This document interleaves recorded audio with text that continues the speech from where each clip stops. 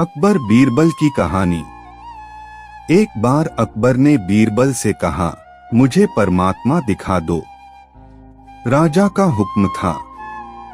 बीरबल बहुत परेशान था कि परमात्मा को कैसे राजा को दिखाए। इसी विचार को लेकर बीरबल छुट्टी पर चला गया और उदास रहने लगा। एक दिन परिवार में चर्चा हुई, उदासी का कारण पूछा गया तो बीरबल ने बता दिया कि राजा ईश्वर के दर्शन करना चाहते हैं। बीरबल का बेटा बोला, कल सुबह मुझे आप साथ ले जाएं।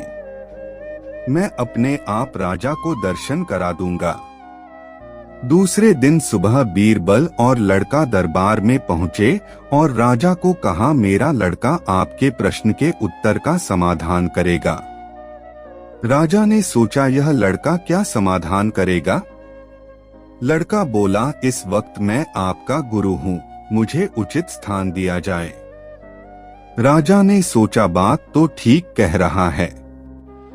मैंने तो प्रश्न किया है, समाधान करने वाला गुरु समान होता है। राजा ने लड़के के लिए अपने साथ थोड़ा ऊंचा स्थान दिया। लड़का बोला, महाराज एक दूध का कटोरा मंगाओ। राजा ने दूध का कटोरा मंगाया। लड़का बोला, महाराज इस दूध में घी है। राजा बोला, हाँ है। लड़का बोला, पहले मुझे आप उसका दर्शन कराओ।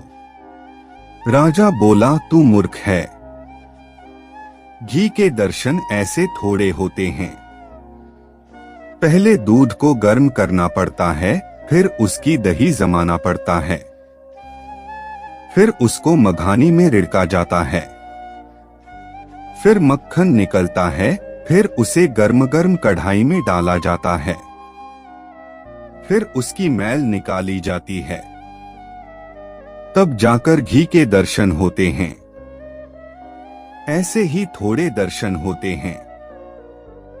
लड़का बोला, यही उत्तर है। आपके प्रश्न का पहले इंसान को तपना पड़ता है, फिर उसको जमना पड़ता है, फिर उसको साधना करनी पड़ती है, फिर उसको ज्ञान की अग्नि में तपना होता है, फिर उस ईश्वर के दर्शन होते हैं।